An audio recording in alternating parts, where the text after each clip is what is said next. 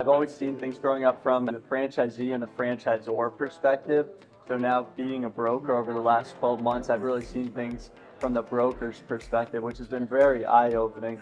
So in terms of really like lead generation for a franchise, typically, some brands are like 50-50 between brokers, organic. Mostly are like 80-20 using brokers and organic. And I'll tell you really the main reason why. When people are interested in franchising, there's basically a couple big websites, internet portals, if you will, similar to if you're looking for a house. We're both down in South Florida looking for properties. You go to Zillow, whatever it may be, then a realtor reaches out to you. That's really how the franchise industry works, because basically in the broker networks, they do the due diligence going through the thousands and thousands of opportunities, really figure out what those top like 300 to maybe 600 plus opportunities are in a range of industries and categories. So their job is not to really sell you any of these franchises, but very much like a realtor, to figure out what you're looking for and kind of present a couple different business opportunities that actually make sense. And because these are some of the top opportunities, and these are very competitive industries and categories like senior care, home care, whatever it may be, there's a lot of different competitors. So with that being said, they get hundreds of leads every week. So there's kind of a joke in franchising, if you request information through a franchise-specific website, they're sometimes very unlikely to even respond because they get such high traffic of leads. So they're relying on brokers like myself, because at conventions like this, we've built relationships. So our job is not to sell them the franchise or to qualify people. And that means really two things. Just financially, we want to set you up for success, just like you're looking for a house. We're not going to have you looking at a $10 million house if you have $20,000 in the bank. And does that mean your house isn't going to be beautiful and you're going to have an awesome experience? No, there's this big assumption franchising. You need $1 million, McDonald's, the Subway, the Taco Bell, you're $800,000 in debt, year 2, year 3.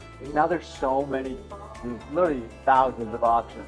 So with that being said, lots of people are interested in franchising, requesting information. So our job is to make sure those people are generally interested in business ownership.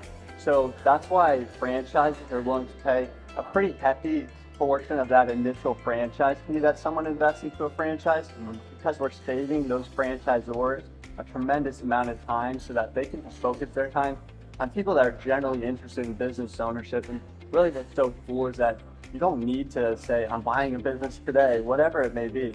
It's literally a step-by-step process.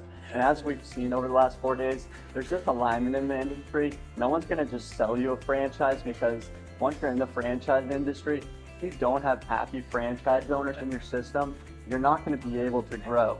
So it's all about responsible growth. That's really the theme of the International Franchise Association this year. And how do you take that brand to the next level consistently and have consistent growth? You need happy franchise owners, because if you're interested in business ownership, you will be speaking to those franchise owners, and they're going to tell you they're not a salesman for the brand. They're someone that made the same exact investment as you're potentially going to make, and they're going to tell you, one, these are two really great points, I think. Are they happy? And then are they making money? Because those are two different points. You could be making money, but not happy. So we're going to go through that step-by-step process and really see, is it a culture fit? Because this isn't corporate America. You're going to be able to be yourself, your genuine self. You're going to be building two-way relationships, because although you're making this investment into a brand, it's a two-way relationship between the franchisee and the franchisor. So you're going to follow a playbook for success, but it's going to be an open dialogue. They're definitely open to your feedback, and that's what makes a healthy franchise system. And that's the key. As I said, you don't need to make any decisions today or really in 30 days. It's typically like a 1 to 3 month process to get you all the information, see if it's a cultural fit, the financials make sense, and does it validate, well, are other people happy in the system?